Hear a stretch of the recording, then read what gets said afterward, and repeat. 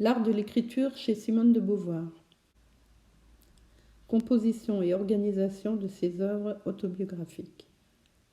La composition des différents ouvrages autobiographiques de Simone de Beauvoir n'est pas figée, fixée une fois pour toutes.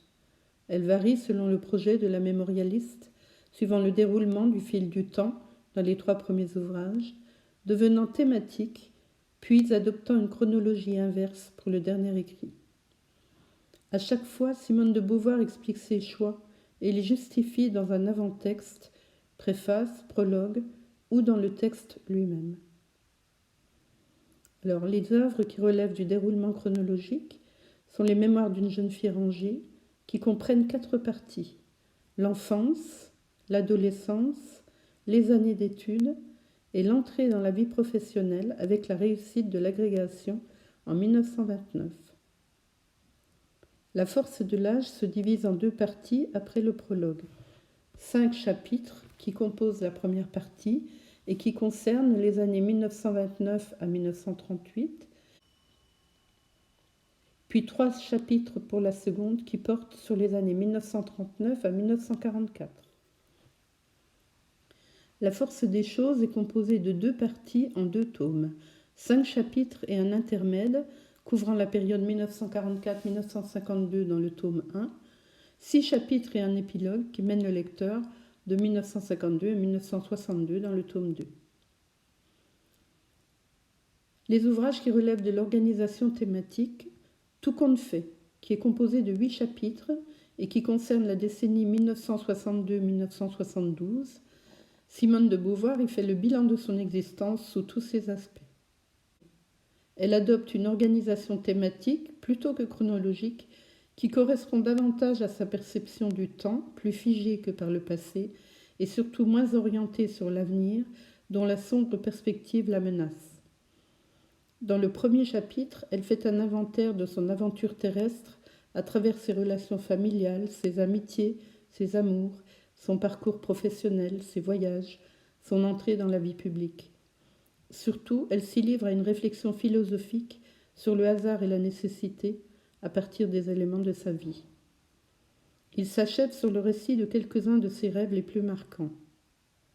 Le deuxième chapitre traite de ses rapports à la littérature, l'écriture et de sa participation à la revue Les Temps modernes.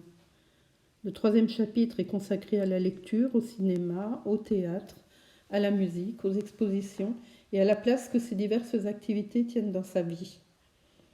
À partir du chapitre 4, elle évoque les voyages qui ont eu une grande importance dans sa vie.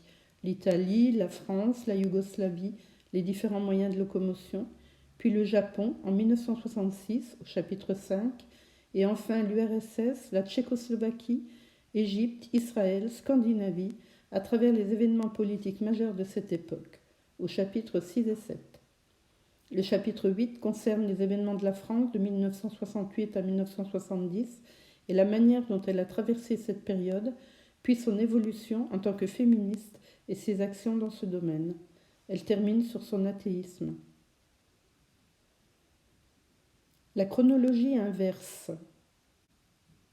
Elle adopte une chronologie inverse dans la cérémonie des adieux qui décrit par le menu les 10 dernières années de la vie de Sartre, de 1970 à 1980, en 144 pages, suivi des entretiens avec Jean-Paul Sartre, qui s'arrêtent sur une très courte période antérieure, août-septembre 1974, en 394 pages.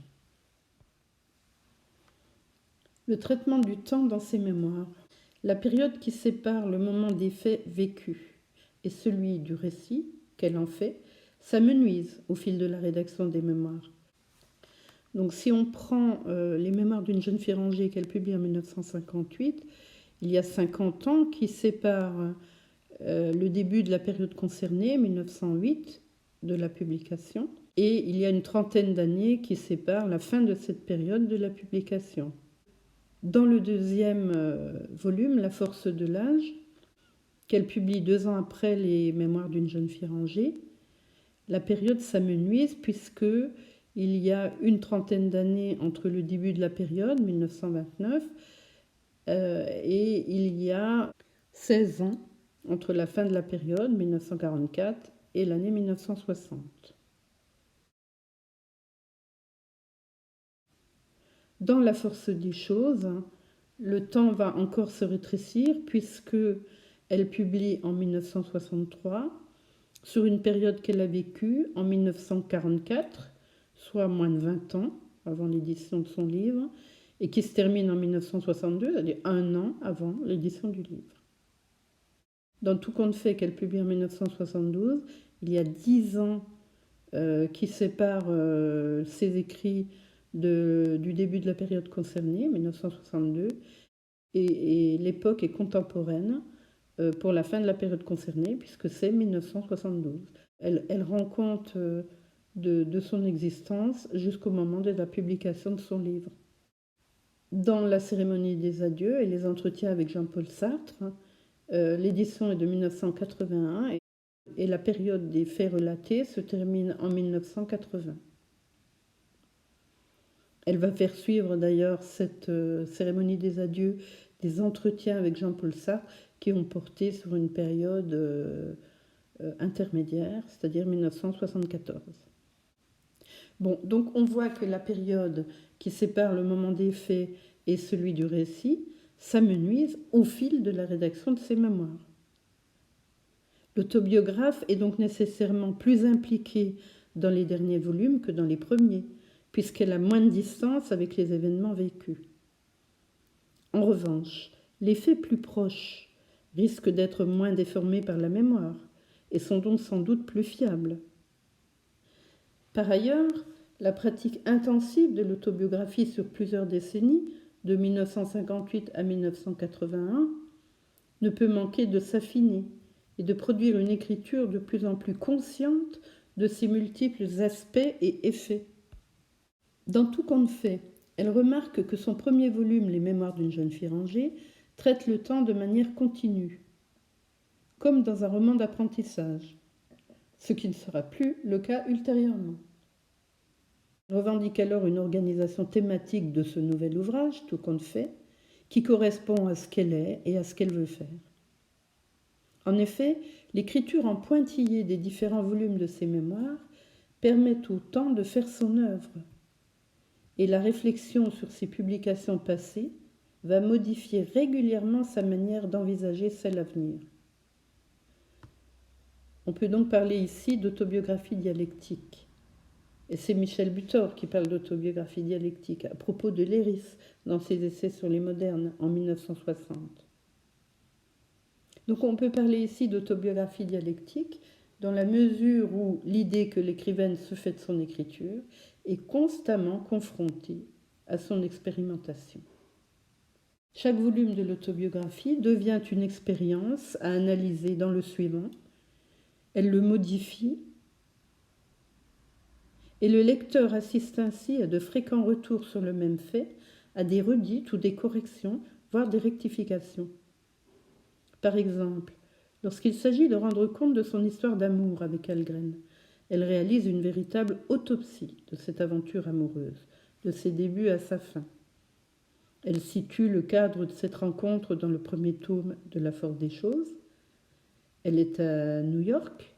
Une amie lui recommande d'aller voir Algren à Chicago. C'est l'occasion de renvoyer à l'une de ses œuvres un essai intitulé L'Amérique au jour le jour, où elle a fait le détail de cette rencontre. Elle précise alors « Je n'ai pas dit quelle complicité s'était tout de suite établie entre nous. » Le récit de cette relation est alors l'illustration non seulement d'une grande complicité, mais aussi d'un accord profond. On suit l'évolution du couple à travers ses voyages des deux côtés de l'Atlantique, elle à Chicago, lui à Paris, ou ensemble dans d'autres pays, Yucatan, Guatemala, Mexique, Italie, et celle-ci vient à poser le problème des relations amoureuses dans des termes neufs. La distinction sartrienne des amours nécessaires et contingentes, exposée dans son deuxième volume, La force de l'âge, est remise en question. Elle écrit « Il y a une question que nous avions étourdiment esquivée. » Le « nous » vise Sartre et Beauvoir. Il y a une question que nous avions étourdiment esquivée. Comment le tiers s'accommoderait-il de notre arrangement ?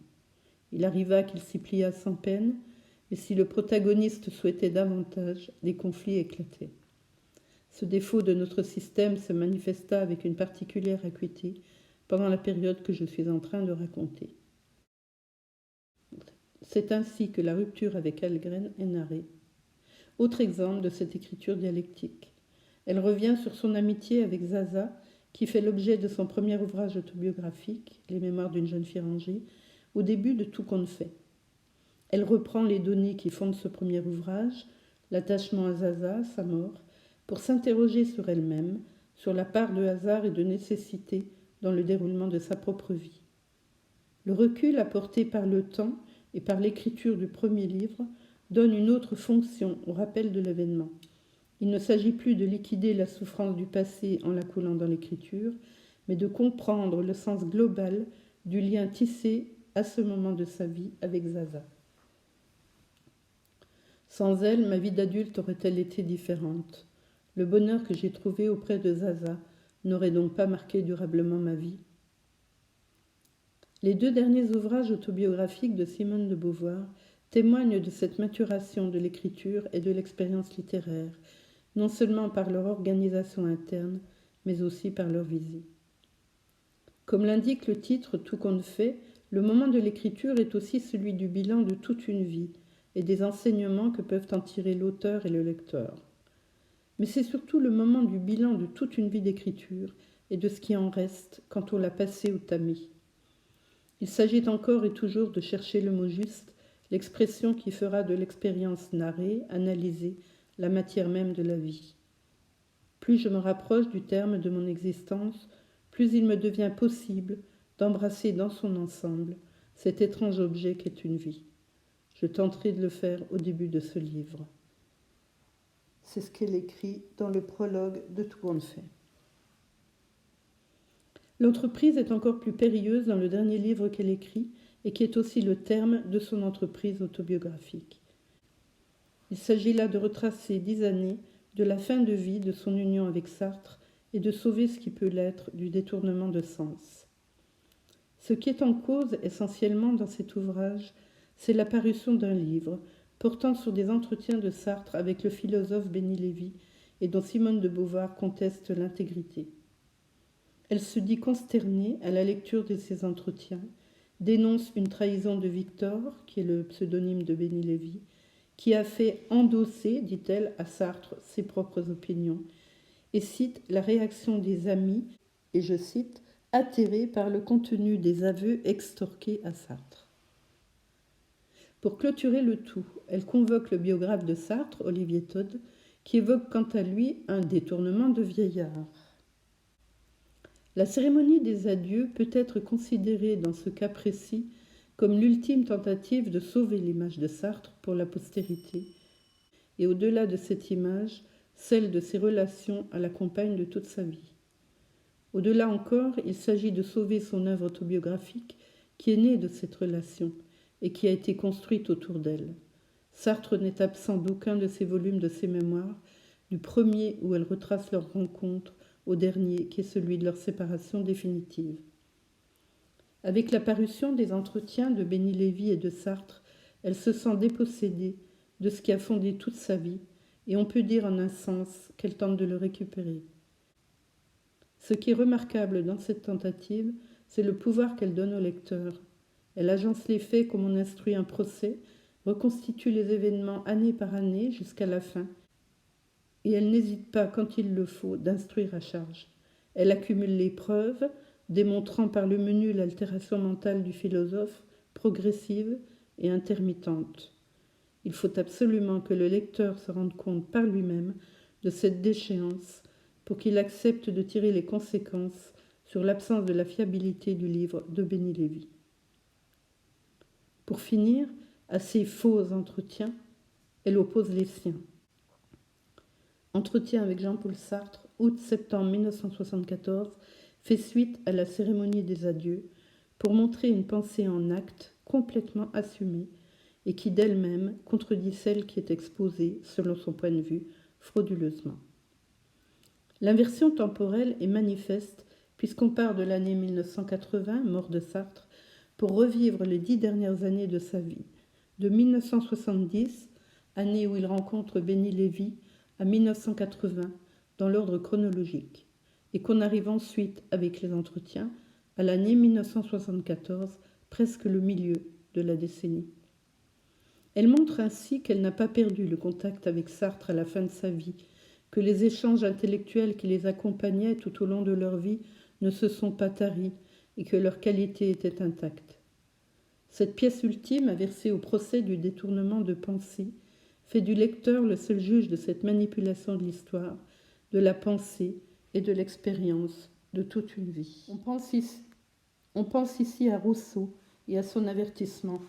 Qui que vous soyez, que ma destinée ou ma confiance en fait l'arbitre du sort de ce cahier, je vous conjure par mes malheurs, par vos entrailles, et au nom de toute l'espèce humaine, de ne pas anéantir un ouvrage unique et utile, lequel peut servir de première pièce de comparaison pour l'étude des hommes. C'est dans ses confessions. Ce jeu temporel que nous venons d'analyser témoigne d'une connaissance approfondie des pouvoirs de l'écriture et de ses effets sur le lecteur, qu'elle enferme dans une spirale de 10 années. À lui de s'en sortir par ses propres moyens.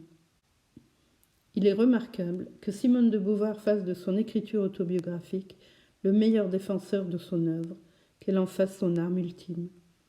La confiance qu'elle a en l'écriture n'a d'égal que celle qu'elle place dans son lecteur. Le message qu'elle lance à la postérité est d'une extrême puissance. On peut le considérer comme son testament littéraire.